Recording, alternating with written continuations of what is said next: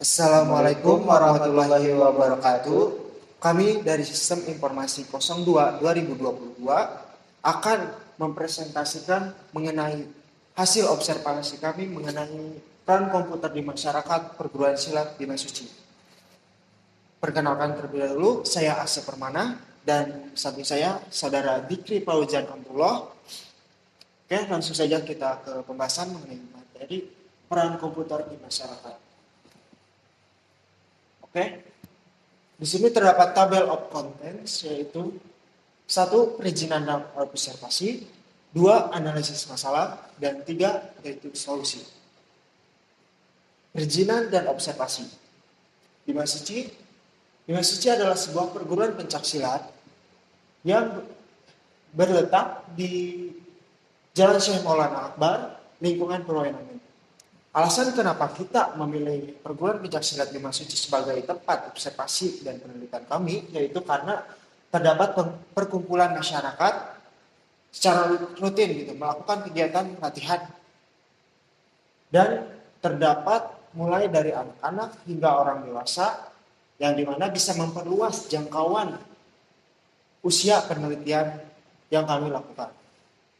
Oke, selanjutnya, untuk alur observasi yang kita lakukan yaitu di hari pertama kami persiapan, yaitu persiapannya melakukan pembuatan angket, dan di hari kedua perizinan kami berkunjung untuk meminta izin melakukan kegiatan observasi, dan di hari ketiga yaitu observasi, di mana observasi meliputi tanya jawab secara offline dan online. Untuk tanya jawab secara offline-nya, yang kami tanyakan yaitu pertanyaan-pertanyaan yang kami buat juga di Google Form.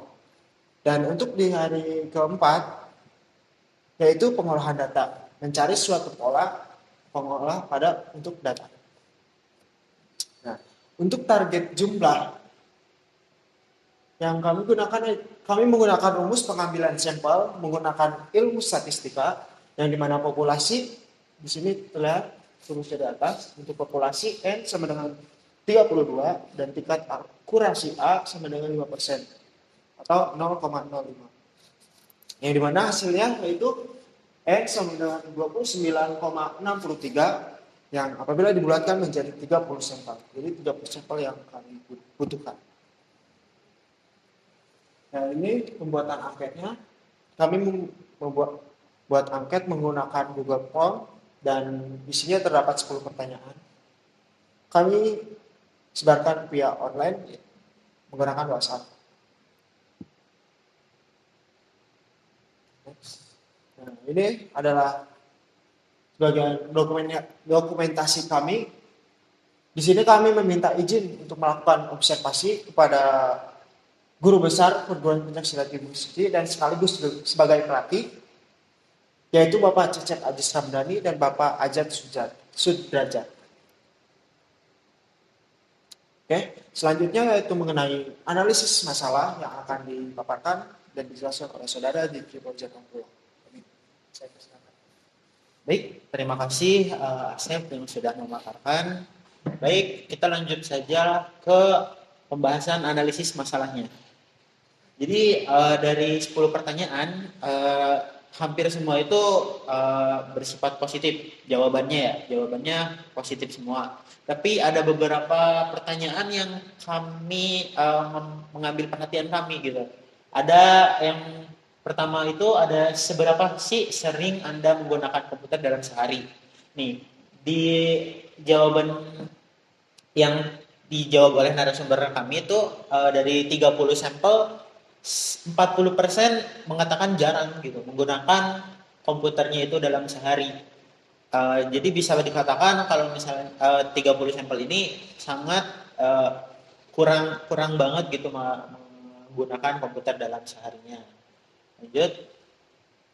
Dan ada juga bagaimana Anda menilai aksesibilitas komputer di masyarakat. Kenapa kita menanyakan ini? Karena dari 30 sampel itu kita meminta pendapat mereka bagaimana aksesibilitas di komputer itu di kalangan masyarakat mereka itu. Jadi dari 30 jawaban atau 30 sampel juga hampir 83,3% itu mengatakan masih sulit diakses oleh sebagian kalangan. Ini mengatakan ya berkaitan juga dengan pertanyaan yang pertama. Kenapa jarang banget kok komputer itu digunakan oleh mereka? Karena memang aksesibilitasnya itu masih sulit sampaikan, sulit dicapai gitu. Jadi pertanyaan yang kedua ini menjawab kenapa pertanyaan yang pertama itu hampir 40% itu mengatakan jarang menggunakan komputer. Baik, lanjut. Dan pertanyaan yang ketiganya itu yang mengambil perhatian kami, bagaimana komputer mempengaruhi cara kita berkomunikasi satu sama lain gitu. Bisa dilihat dari 30 sampel, setengahnya bahkan 63,3% itu mengatakan memengaruhi kualitas komunikasi. Misalnya lebih banyak komunikasi nonverbal gitu. Jadi orang-orang itu berpikir kalau misalnya kita menggunakan komputer untuk berkomunikasi itu kita mengurangi komunikasi secara nonverbalnya gitu. Padahal kalau misalnya kita bisa lihat gitu, komputer itu mengefektifkan komunikasi kita sebenarnya. Jadi antara verbal dan nonverbal komunikasinya kita bisa mengimbanginya, tidak mempengaruhi secara besar gitu. Jadi bisa seimbang, bisa menjauhkan yang dekat, bisa makin mendekatkan yang dekat gitu. Lanjut. Dan ini ada pertanyaan yang terakhir yang mengambil perhatian kami, yaitu menurut Anda seberapa penting komputer di masyarakat? Ini pertanyaan memang final gitu Bu dari kitanya, dan memang jawabannya juga 63% mengatakan sangat penting. Tetapi masih ada 36,7% mengatakan biasa saja gitu. Sudah bagus memang 63%. Tetapi ini kurang maksimal. Kita masih masyarakat tersebut masih berpikir kalau misalnya komputer di masyarakat itu biasa saja gitu, tidak sangat penting. Padahal kita tahu kalau misalnya manfaat komputer di masyarakat itu sangat penting, bisa untuk mengefektifkan komunikasi, bisa mengefektifkan struktural di masyarakat, bisa mengefektifkan pekerjaan dan lainnya gitu. Dan masyarakat masih berpikir 36,7% masyarakat itu masih berpikir kalau misalnya komputer itu biasa saja. Padahal kan di era zaman sekarang ini komputer itu sangat penting. Nah, dari analisis observasi kami dapat disimpulkan kalau misalnya masyarakat itu jarang menggunakan komputer. Bisa dilihat dari pertanyaan yang pertama itu kan hampir 80, mungkin setengah lebih, 3/4-nya itu menggunakan komputer itu jarang gitu dalam sehari. Dan komputer itu masih sulit dijangkau sebagian kalangan. Dapat dilihat juga dari pertanyaan kedua kalau misalnya komputer itu masih sulit dijangkau. Ini menjadi PR kita sebagai mahasiswa, dan mereka belum paham dan berpikir komputer membuat menjadi individualisme gitu. Padahal kan komputer itu tidak semata-mata membuat orang semakin individualisme gitu ya. Dan yang terakhir itu masyarakat masih belum berpikir pentingnya komputer. Dari pertanyaan yang tadi, hasil observasi kami, sudah masyarakat sudah tergolong penting gitu, menjawab sudah tergolong penting sekitar 63,3% tadi ya. Tapi kan masih belum maksimal di atas 80% gitu ya. Itu menjadi PR kita semua. Oke, lanjut. Nah, dari permasalahan yang tadi, apa sih solusinya?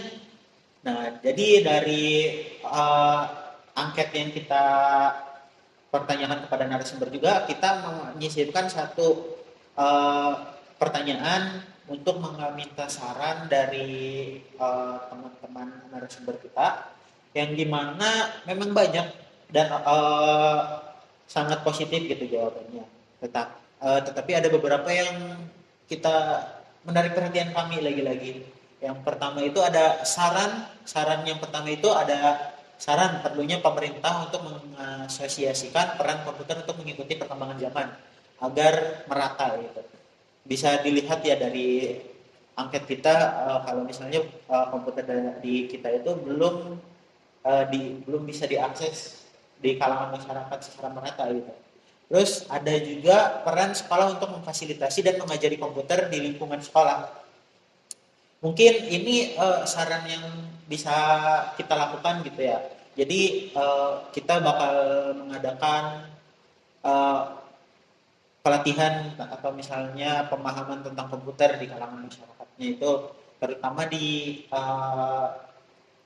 tempat penelitian kita yaitu Bima Suci ya, komunitas Bima Suci atau Padepokan. Dan selanjutnya itu ada selenggarakan pelatihan dan workshop literasi digital untuk berbagai kelompok usia di masyarakat seperti remaja, dewasa, dan lansia. Dan di tempat penelitian kita itu memang tempat perkumpulannya semua kalangan, dari anak-anak sampai dewasa itu berlatih secara rutin. Jadi bisa kita adakan. Dan selanjutnya dirikan pusat komunitas digital di area yang kurang terlayani, di mana masyarakat bisa mengakses komputer dan internet secara gratis dan biaya minimal ya, benar. Jadi ini mungkin di PR pemerintah daerah ya, bukan jangkauan kita, karena memang tapi saran ini tepat sekali ya.